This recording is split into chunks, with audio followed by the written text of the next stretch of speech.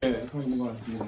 따뜻한 기운을 가지고 저희 앞에 있는 식구님들 서로 인사하는 시간 갖겠습니다. 안녕하십니까? 안녕하세요.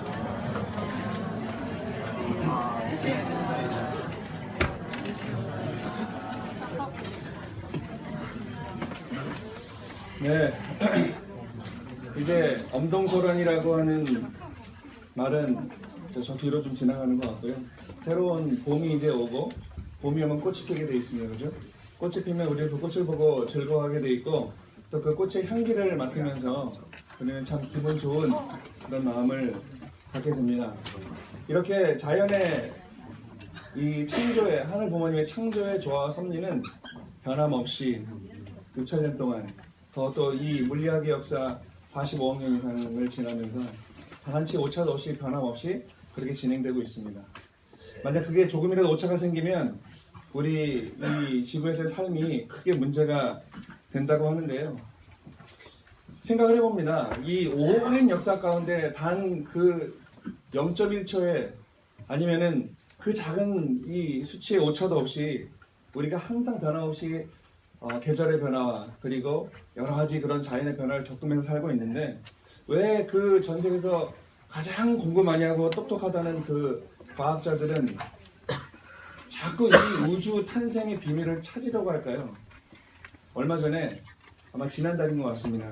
어떤 그 과학자들이 그 중력파라고 하는 파장을 발견했다 그러더라고요. 혹시 이 뉴스를 보신 분 계신지 모르겠지만 그 중력파가 뭐냐면 13억 년 전에 이 우주에 큰 두 개의 블랙홀이 있었는데 그 블랙홀이 충돌하면서 하나로 합쳐졌답니다. 그러면서 발생한 그 파장이 지금 이 우주를 움직이고 있다고 하는 그걸 중력파라고 하는데 그래서 그 중력파를 지금 발견을 해가지고 그거를 연구하면 이 우주의 태동을 우주에 어떻게 생겼는지 그 과정을 이해할 수 있을 거다라고 하는데 원리를 아는 우리 입장에서는 그 중력파 하나 발견했다고 알 수 있을까 걱정입니다.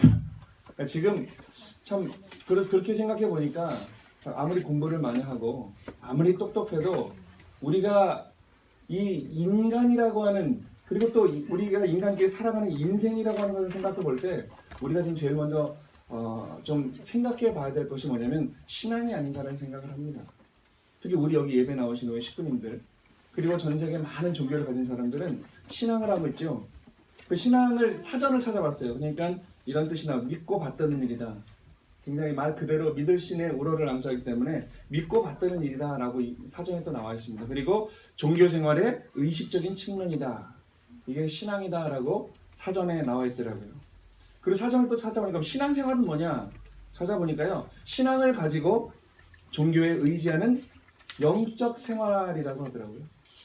그러니까 이 사전의 의미도 이 종교생활 즉 뭔가를 믿고 의지하고 하는 신앙생활이라고 하는 것은 그냥 우리가 모여서 예배드리고 함께 즐겁고 끝나는 것이 아니라 우리가 보이지 않는 어떤 그 세계 그리고 보이지 않는 우리 절대자를 이야기하는 곳이 바로 종교이기 때문에 우리가 어떻게 보면 보이지 않는 세계를 이야기하고 보이지 않는 마음의 이야기를 하는 것을 보면 우리는 지금 영적 생활을 하고 있는 것이 맞다라는 생각이죠.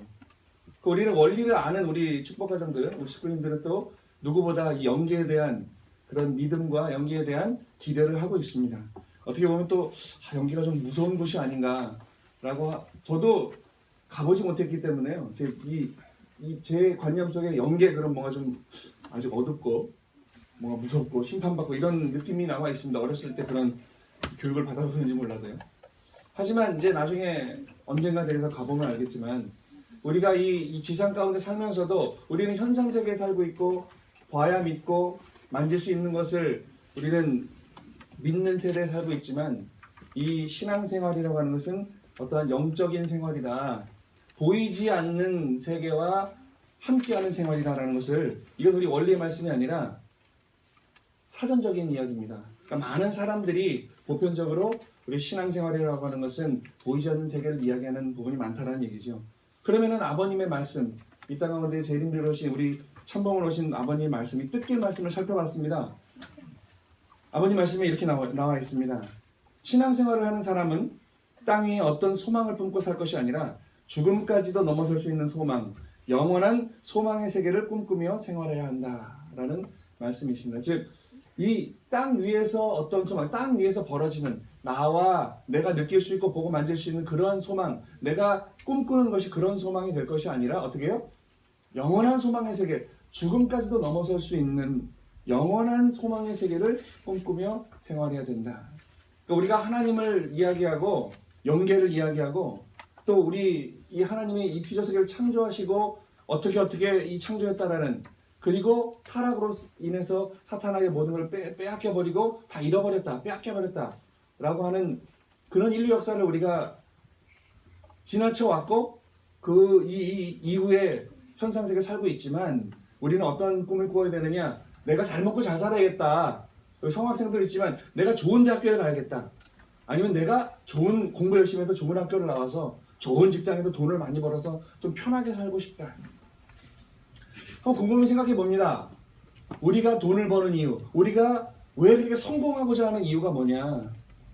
결국에는 따져보니까 편하기 위해서거든요. 편하기 위해서. 돈이 있어야 내가 편하게 살 수 있는 그런 재료들을 살 수 있기 때문에 그렇습니다. 자동차도 좀 좋은 걸 타야 되고요. 집도 좁은 집이 아니라 모든 것이 갖춰져 있는, 예를 들어서 뭐 한 60평짜리 한 20억짜리 아파트에 살면 더 좋겠지요. 차도 조그만 차 타는 것보다 많은 사람이 편하게 빠르게 갈 수 있는, 안전하게 갈 수 있는 좋은 차를 타는 게 좋겠죠. 다 그렇게 내가 편하기 위한, 내가 무엇을 갖기 위한 삶을 살고 있는데, 아버님 말씀에 의하면 우리는 영원한 소망의 세계를 생활하면서 살아야 된다는 말씀을 주시고 계신다는 거죠. 그리고 또 하나, 우리가 신앙생활을 하면서 아까 그 사전적인 신앙생활도 그렇지만 우리 통일교인들 메시아를 만나고 참부모를 만나서 축복받은 원죄를 청산하고 새로운 패러다임의 신앙생활을 하고 있는 우리는 어떠한 삶을 살아야 되느냐? 또 하나 아버님 말씀을 찾아보겠습니다. 특히 말씀에 믿을 자리에서 믿는 것이 아니라 믿지 못할 자리에서 믿어야 한다라는 말씀이 있죠. 절대적인 신앙을 가지고 사탄 세계의 악주권에서 벗어나야 하나님의 사랑을 받을 수 있다. 이 빨간 줄 친 게 참 오늘 우리 이 시대를 살아가는, 오늘 이 섭리를 살아가는 우리에게 가장 중요한 말씀이 아닌가라는 생각을 하게 됩니다. 믿을 자리에서 믿는 것이 아니라 믿을 수 없는 자리에서 내가 믿을 수 있는 것. 아마 지금 우리 통일가의 현실이 그런지 모르겠습니다. 내가 믿을 수 있는 것만 믿는 그런 신앙이 되어버렸어요. 우리 축복가정들도 참 부모님을 바라보고 지금 이 벌어지는 섭리의 한 내용들을 바라보면서 내가 믿고 싶은 것, 그리고 내가 기분 좋은 것만 믿으려고 하는 그러한 우리의 모습들로 조금씩 변질되어 가고 있다는 겁니다. 그래서 오늘 이 아버님의 말씀 가운데 믿지 못할 자리에서 믿어야 한다라고 하는 그런 신앙이 우리가 오늘 마음속에 품고 살아가는 신앙이 되어야 되지 않을까 하는 생각을 하게 됩니다. 그래서 이런 절대적인 신앙, 우리는 가정명세 8절에 분명히 이야기합니다. 절대신앙, 절대사랑, 절대복종을 이야기하는데, 그러면 우리가 지난번에도 한번 말씀드렸지만 아버님께서, 부모님께서 왜 가정맹세를 우리에게 주시고 8절에 절대신앙, 절대사랑, 절대복종이라는 말씀을 주셨을까? 아마 참 부모님께서는 앞으로 벌어지는 섭리에서 우리가 많이 힘들을지 모르겠다라는 것을 예견하지 않았나는 생각을 해보게 됩니다. 우리가 서로 싸우고 서로 갈라지고 어려울 때, 그때를 대비해서 우리가 무엇을 해야 되느냐? 내 마음 가운데 있는 그 신앙이라고 하는 것, 내가 믿음이라고 하는 것을 좀 더 깊고 넓게 뿌리내려서 어떠한 큰 바람이 와도 흔들림이 없는 그런 신앙을 살아가려고 가야 되는 우리의 모습을 위해서 아버님께서 이런 말씀을 주시지 않았나 생각이 됩니다. 지금 제가 지난주, 지지난주 몇 주에 걸쳐서 지금 벌어지는 그런 자녀님들의 이야기라든가 우리 교회 어려움들이라든가 많이 말씀을 드렸습니다. 근데 어떻게 예배 시간만 되면 또 그 부정적인 얘기를 하면 좀 그렇잖아요. 그래서 우리가 어떠한 이 신앙을 갖고 살아가야 될 것이냐. 그래서 결론적으로 한마디로 딱 말씀드리면, 그래서 우리는 또 사랑해야 된다는 겁니다. 우리는 격려하고 아껴주고 서로 도와줘야 된다는 거예요. 얼마 전에 우리 2세들이 모여서 이야기를 하는데 항상 그런 이야기 합니다. 왜 이렇게 우리는 차가우냐? 우리는 차갑다는 거예요. 그러니까 어떠한 이 궁극적인 목표를 놓고 그 목표를 이루어 가는데 그 목표를 이루는 결과만이 중요한 것이 아니라 그 목표를 이루긴 이루되 어떻게 이루어 나갈 것인가 과정이 굉장히 중요하다는 거죠. 근데 우리는 천일국을 이야기하고 하나님을 이야기하고 뭐 창조를 이야기하는 우리가 항상 우리 안에서 우리는 너무 차갑다라는 이야기가 나온다는 것은 우리가 뭔가 지금 큰 이 나사 하나가 빠졌다라고 하는 것과 마찬가지인 것 같습니다. 그래서 오늘 우리는 어떤 믿음을 가져야 되느냐?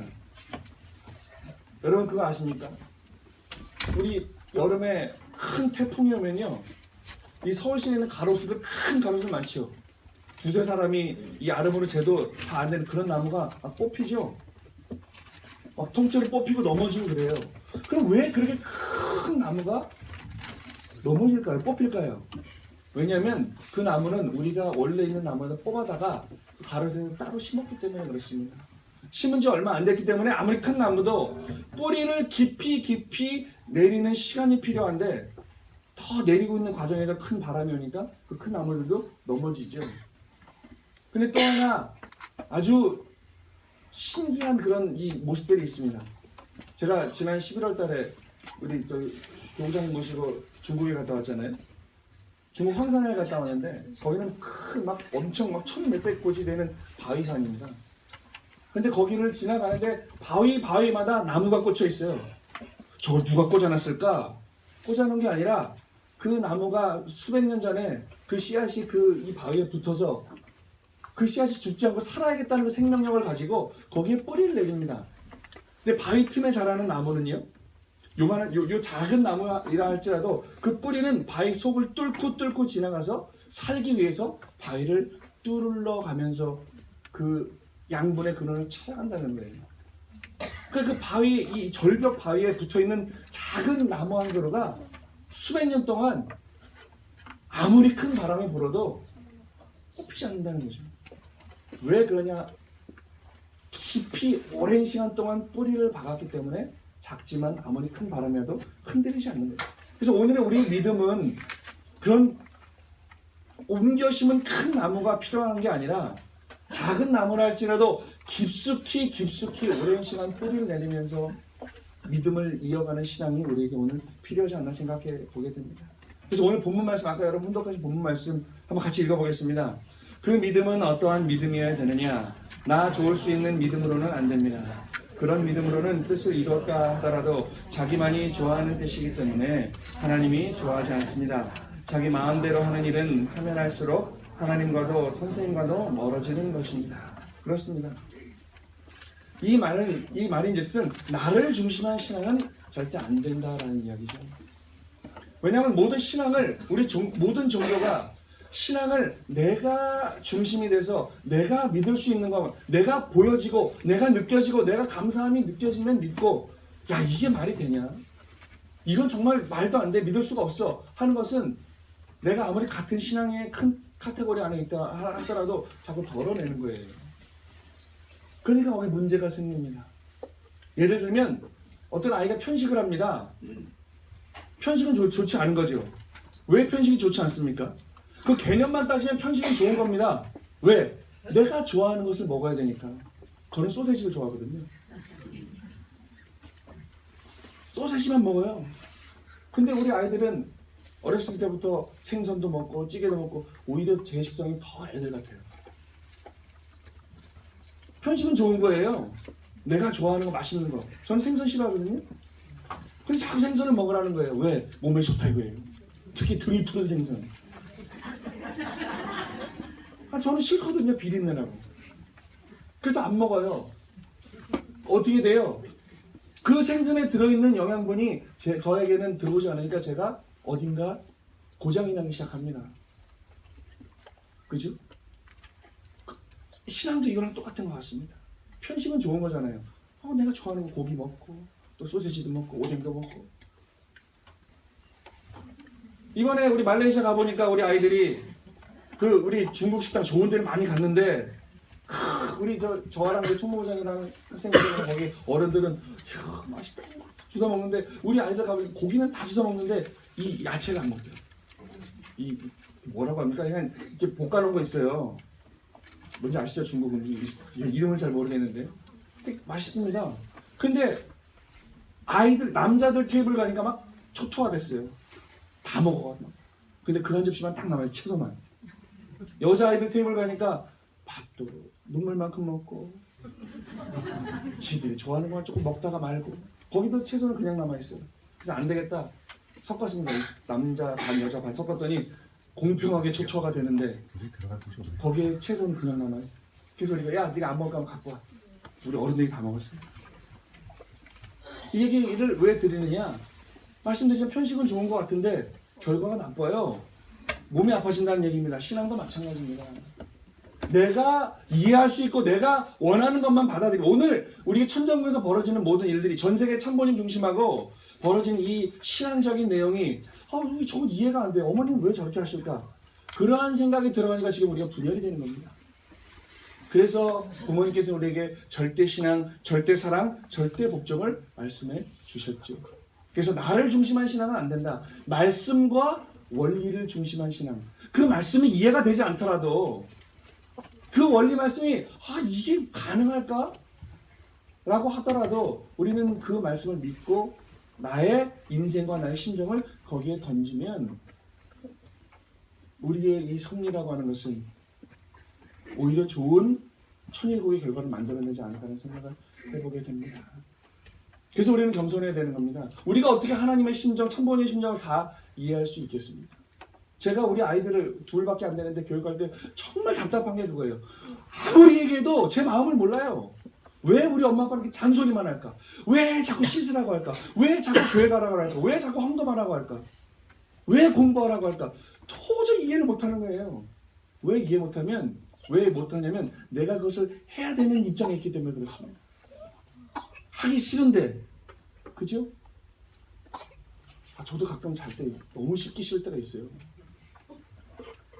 막 냄새는 나는데 운동하고 왔는데 당연히 씻어야 되는데 너무 몸이 피곤하거나 너무 그 밤에 텔레비에서 재밌는 게 하면 씻기 싫어요. 그래서 운동하고 들어왔는데 땀이 많죠? 저는 그런 경험이 있습니다. 고백입니다. 땀을 씻어야 되는데 갑자기 우리 누군가 테레비를 켜놨는데 재밌는 게 합니다. 저거 보고 씻어야겠다. 그리고 보는 동안 땀이 다 말라버리죠. 운동 심하게 해보신 분 아마 그런 느낌 받으실 거예요. 땀을 너무 심하게 하려고 땀이 마르면요 굉장히 기분 좋아질 때가 있습니다. 찝찝한 게 아니라 굉장히 기분 좋아질 때가 있어요. 오히려 샤워한 것보다 더. 그는 잘 때가 있어요. 귀찮죠.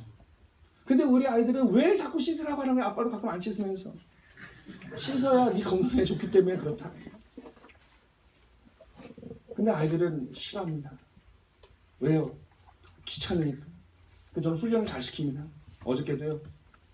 거실에서 이제 말씀 준비하다가 약을 먹어야겠는데 이제 물을 들어가야 되는데 우리 딸을 부릅니다. 방에 있어 공부하는 딸을 불러요. 영원아, 왜요? 나와. 나와봐. 뭐 할까? 뭘 주실까? 나왔더니 아빠 약 먹어야 되니까 거실에 저 주방에서 물 좀 떠와. 여기 두 가지 뜻이 포함되어 있어요. 제가 좀 귀찮아, 제가 좀 편하기 위한 것도 있고 얘를 좀 훈련시켜야겠다.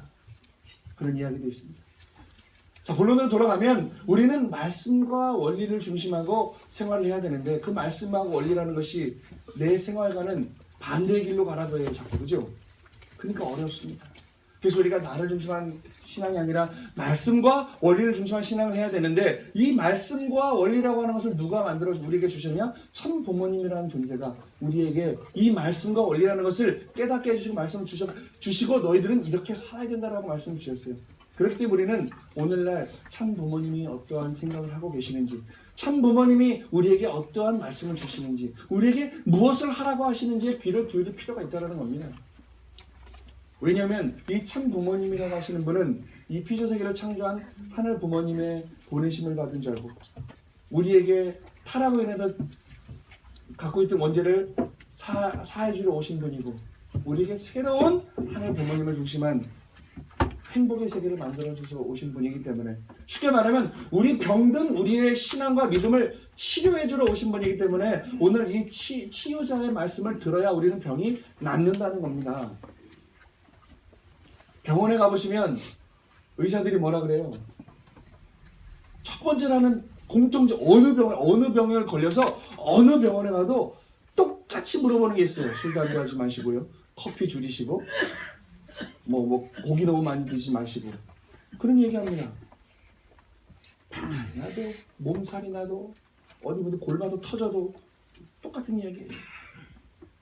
제가 한약방에 한번 가봤어요. 몸이 안 좋아서 진맥을 짚는데 진맥을 이제 이 수염도 좀 나오셔 머리 하얀 우리 한의사분이 진맥을 딱 짚더니 몸이 많이 안 좋으시군요. 당연히 몸이 안 좋으니까 왔겠죠. 그래서 저희한테 물어요. 가끔 피곤하시죠? 가끔 피곤하지 않은 사람 있습니까? 가끔 소화도 안 되고요. 배 아플 때도 있죠. 당연히 배가 아프죠. 가끔 과식하고 그러면 몸이 안 좋으신 겁니다. 당연히 몸이 안 좋아서 왔죠.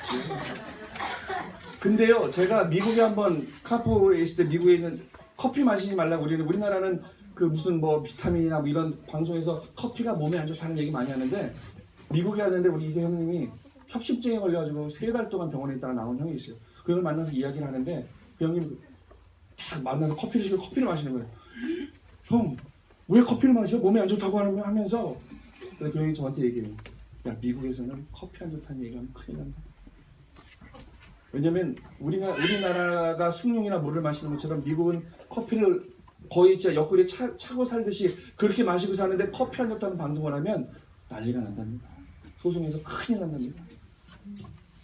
근데 그 이야기는 둘째치고 요즘 방송 같은 데 보면 나오죠. 커피 한 2-3잔은 몸에 좋습니다. 성인병 예방에 좋고 심장병에 좋고 뭐가 좋고 그렇죠? 근데 커피가 나쁜 게 아니라 그 커피가 안 맞을 때 나쁜 거죠. 고기가 뭐 안 좋다고 하는데 고기가 얼마나 좋아요. 내 근육 발달에도 기분. 근데 너무 지나치게 섭취하면 안 좋다는 거죠. 그런 겁니다. 채소 몸에 좋죠. 하지만 채소도 많이 먹어보세요. 그렇게 몸에 되게 좋지 않습니다. 채식주의자들 고기 안 먹죠. 어떻게 동물을 잡아먹냐는 거예요. 뭔가 결핍증이 생깁니다.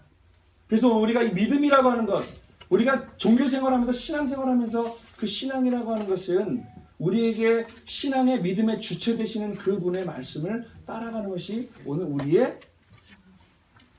가야 할 길이고 우리가 따라야 할 소명이라는 것입니다. 그래서 이 말씀을 이 뜻깊게 말씀 하나를 살펴보면 신앙길에서 가장 위험한 것이 불평불만을 하는 것이다.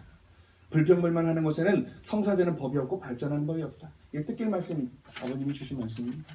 근데 요즘 우리 통일가에서는 많은 부분 불평불만이 존재합니다. 어머님은 왜 저러실까? 우리 목사님은 왜 저럴까? 우리 식구님들은 왜 저럴까? 협회는 왜 이럴까? 협회는 왜 이런 걸 우리에게 안 해줄까?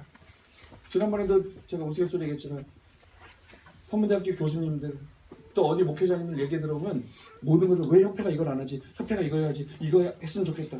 협회가 우리 나라보다 큰 일을 해야 돼요. 대부분. 국가에서도 할 수 없는 걸 우리는 막 요구해요. 그래서 우리가 신앙이라고 하는 그 믿음이라고 갖고 있는 우리라고 한다면 불평불만이 아니라 내가 오늘 이 처해진 이곳에서 어떻게 하면 왜 나는 이거밖에 안 될까가 아니라 내가 어떻게 이것을 감사함으로 승화시킬 수 있을까. 꽃보다 청춘이라는 방송을 합니다. 그 응답하라에 나왔던 그 젊은 배우들 다 무명 배우들인데요. 그 드라마 하나 때문에 엄청 떠가지고 이제 대세가 됐답니다. 이 친구들을 데려다가 아프리카에 가서 얘네들이 그냥 자유롭게 여행하는 걸 찍어서 우리가 지금 보고 있는 거예요. 근데 그 세상 사람 원리도 모르는 걔네들이요. 아마 얼마나 감사할 겁니까? 그 꽃보다 청춘에 출연하는 사람들은 요즘 진짜 우리나라에서 대세라고 하는 사람들이 출연하는데 얘네들이 출연을 하게 됐어요. 갑자기 끌려갔어요. 몰래. 아무것도 없이 그냥 납치되다가 비행기 태워서 아프리카로 보내는 거예요. 그러면서 열흘 동안 벌어진 일을 찍어서 우리가 보고 있는데 그 친구들이 가서 그래요. 신기하다 이거예요. 얼마 전까지 우리 무명 배우였는데 우리가 꽃보다 청춘 여기 와서 많은 사람이 우리를 보고 이야. 그러니까 걔네 구호가 생겼어요. 그 4명이 아프리카를 여행하는데 구호가 생겼어요. 구호가 뭐냐면 감사하다. 이게 구호가 돼버렸어요.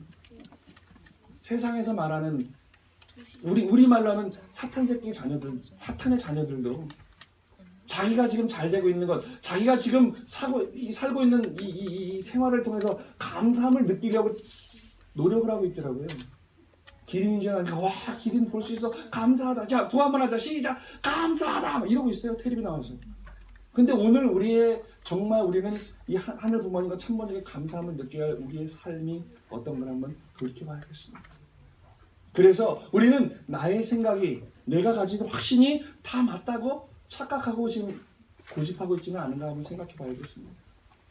내가 믿고 있는 참부모님이, 내가 오늘 함께 관계 맺고 살아가는 우리 식구들이 저 사람은 그런 사람이야 라고 너무 깊게 나만의 확신과 착각하고 있지는 않은가 생각해 보게 됩니다. 여러분, 이 대기만성이라는 말씀도 아시죠? 무슨 뜻입니까? 큰 그릇은 늦게 이루어진다. 우리가 착각하고 있는 단어 중에 하나입니다. 원래 이 대기만성이라는 말은 존재하지 않는 이야기입니다. 이게 뭐냐면 노자, 이 중국의 노자에 실려 있다고 하는 이 말은 대한민국 사람 누구나 알고 있죠? 하지만 최근에 밝혀진 연구에 의하면요, 이 대기만성이라는 말은 이 필사과정에서 잘못 표기된 말이랍니다. 즉 애초에 존재하지 않는 말입니다. 대기만성이라는. 그러니까 우리는 그래요, 막 테레비 보고 막 리모컨 돌리고 야 공부 좀 해. 나는 대기만성형이야. 걱정하지 마, 늦게 천천히 이루어질 거야. 근데 이 말이 애초에 존재하지 않는 말이라는 거예요. 원본에 기록된 말은 대기만성이 아니라 대기면성이랍니다. 이 늦을 만자가 아니라 이 면자라는 거예요. 뭐냐? 대기면성. 진정한 큰 그릇에는 완성이 없다라는 뜻이랍니다. 이 노자라는 분이 이 말하고자 했던 말은 큰 그릇은 늦게 이루어진다가 아니라 큰 그릇에는 완성이 없다. 계속 또 반복되어야 되고 우리가 성공하기 위해서는 계속 나의 노력이 어떻게 해요? 꾸준히 진행이 된다는 이야기죠. 그래서 큰 그릇, 이 큰 그릇이 되는 것에는 끝, 완료형이 아니라 계속해서 완성해 나가야 되는 현재 진행형이라는 뜻이라는 거죠.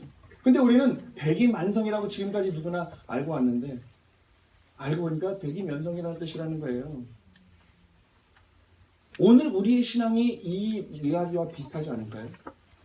나는 이렇게 알고 왔는데 이 새로운 시대가 되어보니 우리에게 바라는 하나님이, 참부모님이 우리에게 바라는 신앙의 모습이 나는 이런 건 줄 알았는데 원리 말씀을 깊이 연구해보고 공부해보니 말씀을 들어보니 부모님께서 우리에게 원했던 내용은 이 내용이 아니었더라라는 것이 지금 너무 많이 생겨나고 있죠. 그래서 우리는 이제 대기만성이 아니라 큰 그릇은 늦게 이루어지는 게 아니라 정말 이 큰 그릇은 완성이 없는 거죠. 우리도 계속 현재 진행형, 우리의 신앙과 믿음은 계속 진행되고 있는 현재 진행형이 되어야 되겠다라고 하는 것을 말씀드리고 싶습니다. 이 사람 아십니까? 페이스북의 창시자입니다. 마크 주커버그라고 하는 26살에 페이스북을 만들어가지고요. 지금 33살 됐는데 이 사람이 세계 4위 부자가 됐습니다. 아무것도 갖고 있지 않는 대학생이었어요. 좀 똑똑했어요. 하버드 나왔더라고요. 내가 이 세상에 있는 많은 사람들과 어떻게 하면 꺼리낌 없이 소통할 수 있을까를 고민한 사람이 이 사람이에요. 고민하다가 그러면은 지금 현재 아마 그 당시에 존재했던 그런 어떤 프로그램들을 연구하고 해서 페이스북이라는 걸 만들었어요. 이 사람이 세계 4위 부자라니까요. 33살밖에 안 됐는데 세계 4위 부자면요 상상할 수 없는 돈을 가진 사람이에요. 근데 이 친구는요 이제 갓난아기를 낳았어요. 중국계 여자랑 결혼을 해가지고 아기를 낳았는데 이 친구가 가진 재산의 지금 절반 이상을 33살밖에 안 됐는데 절반 이상을 벌써 기부했습니다. 그리고 자기가 벌어들인 돈의 99%를 나는 기부하겠다라고 대세상 앞에 공표했어요. 왜 그랬을까요? 자, 나는 세계 4위 부자가 됐다. 나는 이뤘다라고 했으면 아마 그거 못 줬을 겁니다. 이 99%를 주면 나한테 1%밖에 안 남는데? 근데 이 친구가 어떤 멋진 말을 했냐면 이런 얘기를 했어요. 뜨거운 열정보다 중요한 것은 지속적인 열정입니다. 라는 이야기를 했어요. 뜨거운 열정 가지고 한때 불타가지고 뭔가 이루고 나서 그 열정이 식어버리고 아이고 내가 이렇게 난 옛날에 이랬는데 라고 하는 이 열정만을 가지고는 완료형이 된다는 거죠. 아까 대기만성에서 봤던 완료형이 된 그 완료형 인간이 돼서는 안 된다 이거예요. 그러니까 이 친구는 지속적인 열정이다. 나는 왜 99%를 기부하느냐? 나는 그 이후에도 더 많은 이 돈을 벌어서 계속 할 수 있기 때문에 나는 그렇다. 자기가 그 어린 나이에 성공할 수 있었던 비결도 뜨거운 열정이 아니라 지속적인 열정을 갖고 있었기 때문에 자기는 이루어질 수 있었다는 얘기예요. 그럼 오늘 우리 식구님들에게 묻고 싶습니다.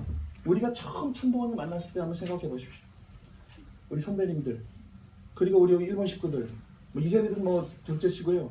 우리가 여러분들이 처음 이 뜻을 접했을 때 아마 도망다니셨다 그랬죠? 일본 식구들 처음 전도했을 때 이게 몇 명 물어보니까 처음에는 아유 싫다고 난 됐다고, 그죠? 근데 오늘 여기 앉아 있는 이유는 뭔지 몰라도 나의 마음을 이곳으로 있게 한 어떤 큰 깨달음이 있었기 때문에 그렇죠. 우리 여기 우리 저희 부모님 세대 되신 선배님들도 이곳에 앉아 있는 이유, 우리가 왜 참부모님을 메시아라고 증거하는 이유가 내가 세상 가운데 태어나서 살다가 그렇게 모르고 살았지만 어느 한순간 나에게 엄청난 폭발과 같은 깨달음이 있었기 때문에 내가 오늘 이 자리에 앉아 있다는 것이죠. 그래서 오늘 말씀의 주제처럼 믿음이라고 하는 것은 그냥 내가 믿고 끝나는 것이 아니라 내 마음 가운데 내 피부 속 깊숙이 흔들림 없이 어떠한 외풍이 나를 흔들어도 그 믿음의 뿌리가 바람에 흔들릴 수 있으나 뽑히지 않는 그러한 믿음과 신앙이 오늘 우리에게 필요한 것이 아닐까라는 생각을 해보게 됩니다. 저기 뒤에 아기가 있네요. 우리 진서가 엄마 품에 안겨있지만 3세랍니다. 그죠? 지금 진서한테 물어보세요. 말도 못하는데 지금 저 살고 있는데 몰라요. 근데 저 부모가 계속 강조할 겁니다. 참부모님 경배해야지 뭐 해야지. 그럼 나도 모르는 사이에 그냥 그렇게 듣다 보니까 이 존영만 봐도 경배를 하고 나는 그냥 식구다. 근데 그렇게만 돼갖고는 되지 않는다는 거죠. 그 다음에 이 아이들이 커서 뭔가 가치관이 형성될 때 내가 왜 이 신앙을 해야 되는지를 반드시 가르쳐 줘야 되는 겁니다. 동욱이 와 있네요. 동욱이는 아마 이번에 일주일 수련 갔다 와서 10분 원리 강의에서 뭐 칭찬도 받고 했다고 저한테 거기 담당 학사장이 송파구에서 3명 와서 보내주셔서 감사합니다 문자가 왔더래요. 제 다 후배들이거든요. 근데 좀 그렇지, 동욱이 안 가려고 발버둥 쳤던 애거든요. 제가 가는 날까지 안 가겠다고 엄마 아빠 제 앞에서 뭐 도망가고 막 이랬는데 갔다 오니까 괜찮아요? 깨달음이 있어요? 말은 못하겠지만 분명히 뭔가를 하나는 담아왔을 겁니다. 그래서 오늘 우리 여기 부모 되시는 분들은 우리 자녀들에게 그러한 한 점을 찍어주셔야 되는 것이 우리 부모님의 사명이고 우리 이 통일교 믿음을 갖고 신앙을 하는 우리 모두의 사명이라는 이야기입니다.